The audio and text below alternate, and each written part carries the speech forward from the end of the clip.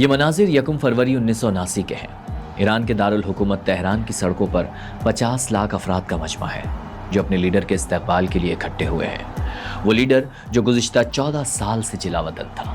جب جہاز میں موجود ایک صحافی لیڈر سے پوچھتا ہے کہ اتنے سال بعد بھی لاکھوں لوگ آپ کی واپسی کے انتظار میں سڑکوں پر ہیں، آپ کو کیسا محسوس ہو رہا ہے؟ تو وہ جواب میں صرف ایک لفظ کہتا ہے، ہیچ خمینی، جو ایران کو اسلامی جمہوری ملک بنانے کی خاطر وطن واپس لوٹ رہے تھے۔ روح اللہ موسوی خمینی اپنی نئی ریاست کے پہلے سپریم لیڈر تھے اور 1989 تک اپنے انتقال تک اس منصب پر فائز رہے۔ اسلام مذهب خشک مربوط به فقط ربط بین بنده و خدا نیست. اسلام یک مذهب سیاسی است. سیاستدان ہونے سے پہلے وہ فقہ جعفریہ کے بہترین اسکالرز میں سے ایک تھے۔ ان اسکالرز کو آیت اللہ کا لقب دیا جاتا تھا۔ یہی وجہ ہے کہ ان کی شناخت ہمیشہ آیت اللہ خمینی کے نام سے ہی رہی۔ سن 1902 میں پیدا ہونے والے بچے نے کیسے اپنے وطن ہی نہیں پورے ریجن بلکہ عالمی سیاست کو بھی بدلا۔ یہ خمینی شیعوں کے 7ویں امام موسیٰ کاظم کی نسل سے تھے۔ آپ 24 ستمبر 1902 کو مرکزی ایران کے ایک چھوٹے سے شہر خمین میں پیدا ہوئے۔ والد آغا موسیٰ کو 1903 میں قتل کر دیا گیا۔ تب روح اللہ صرف 4 مہینوں کے تھے۔ یوں ان کے تربیتی سفر کا آغاز ہوتا ہے۔ اپنی والدہ کے سائے میں، جن کے کاندھوں پر 6 بچوں کو پالنے کی ذمہ داری تھی، اس لیے خاندان نے بھی اس کام میں ان کا ہاتھ بٹایا۔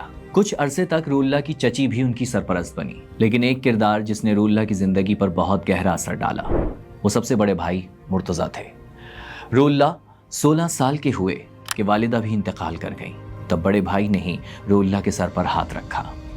اس خاندان میں دینی تعلیم حاصل کرنا اور دیگر علوم میں مہارت حاصل کرنا روایت کے ساتھ ساتھ فرض سمجھا جاتا تھا۔ یہی وجہ تھی کہ روح اللہ کی دینی تعلیم چلتی رہی۔ تب ایران نہیں تھا بلکہ فارس کہلاتا تھا، جہاں ایک روایت تھی جیسے جیسے انسان دینی علم حاصل کرتا اس کو القابات ملتے جاتے۔ جب علم کے اعلیٰ ترین درجے پر فائز ہوتا تو آیت اللہ کا رتبہ حاصل ہوتا۔ تو 19 سالہ روح اللہ نے دینی تعلیم کا آغاز کیا عراق کے مشہور عالم آیت اللہ عبد الکریم حائری سے۔ 1922 میں شہر قم کا رخ کیا، جو اس زمانے میں بھی دینی تعلیم کا مرکز تھا۔ قم کا یہ سفر یوں تو زندگی کا ایک چھوٹا سا فیصلہ تھا، لیکن کسے معلوم تھا کہ یہ فیصلہ پوری قوم کی تقدیر بدل دے گا۔ خیر، روح اللہ نے قم میں ادبیات، فلسفہ، قانون اور عرفانی علوم حاصل کیے۔ سن 1932 میں تہران کے ایک جانے مانے اسکالر کی بیٹی سے ان کی شادی ہو گئی۔ یا کے بعد دیگر 7 بچوں کی پیدائش ہوئی، جن میں سے 2 پیدائش کے کچھ ہی عرصے بعد انتقال کر گئے۔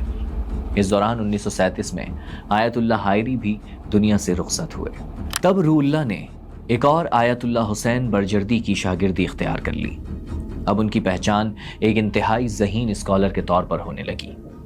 یہی وہ وقت تھا جب روح اللہ موسوی روح اللہ خمینی کے نام سے پہچانے جانے لگے۔ یہ وہ زمانہ تھا جب ایران پر رضا شاہ پہلوی کی حکومت تھی، جن کے سر پر ایران کو جدید بنانے کا جنون سوار تھا۔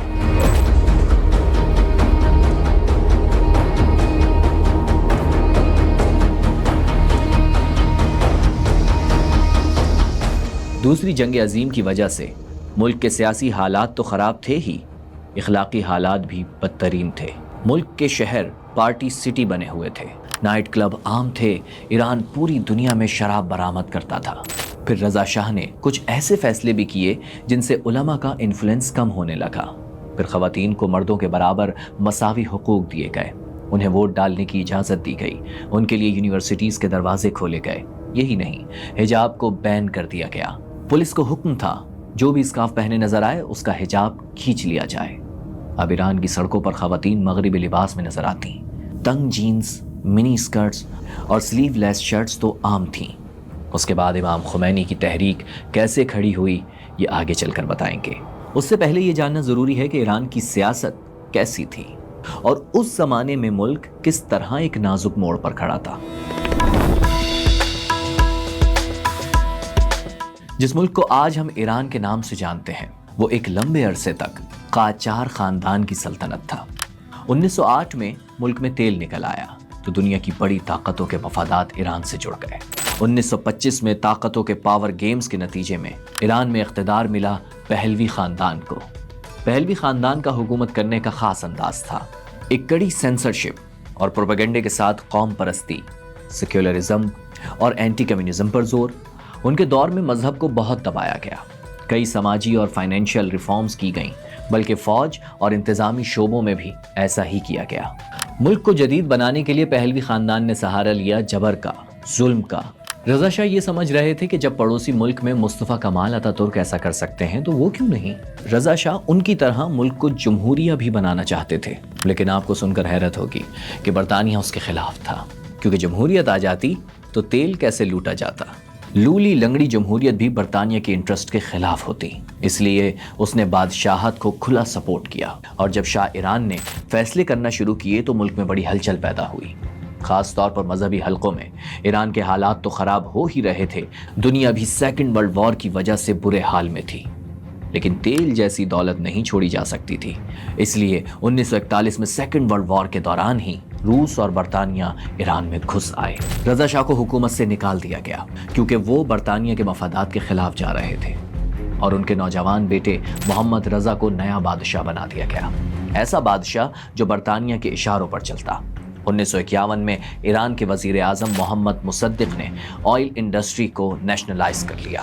یہ ایک حرکت دنیا کو ہلانے کے لیے کافی تھی۔ برطانیہ اور دوسری عالمی طاقتیں ایرانی تیل سے اربوں ڈالرز کماتی تھیں، وہ ایسا بالکل برداشت نہیں کر سکتی تھیں۔ انہوں نے شاہ پر دباؤ ڈالا اور مصدق کی حکومت کا خاتمہ کر دیا، لیکن یہ اتنا آسان نہیں تھا۔ مصدق بہت پاپولر تھے، اتنے کہ شاہ کو اپنا فیصلہ واپس لینا پڑ گیا۔ اب مصدق کو روکنے والا کون ہوتا؟ 1953 میں تو ملک میں یہ حالات ہو گئے کہ شاہ کو جلا وطن ہونا پڑا۔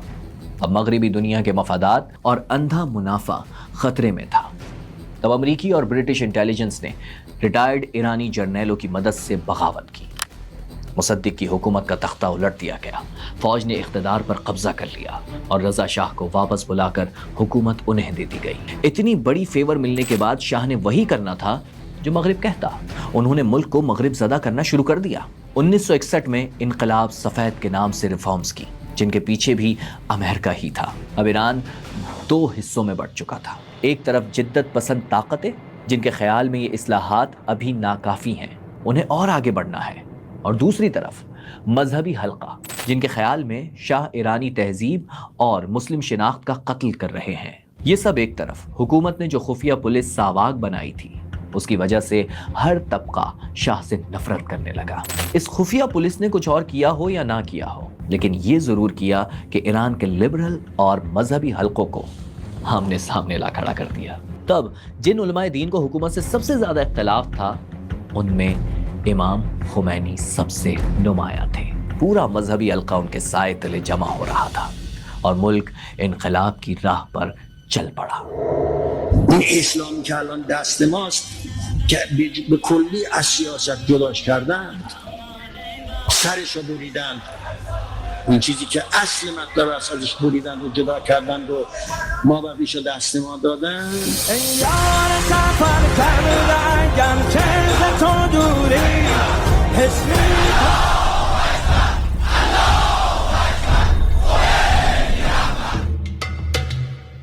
جب انسان کی عمر 60 برس سے زیادہ ہو جاتی ہے تو وہ ریٹائرمنٹ کے بارے میں سوچنے لگتا ہے، لیکن آیت اللہ خمینی نے اس زندگی میں جو کچھ حاصل کیا تھا اب سب کچھ داؤں پر لگانے کا فیصلہ کر چکے تھے۔ سوچ لیا کہ اگر ملک کو شاہ کے آتاب اور عذاب سے بچانا ہے تو سیاست میں اپنا کردار نبھانا ہوگا۔ یہ سال 1963 تھا جب خمینی شاہ مخالفت اپنے عروج پر پہنچی۔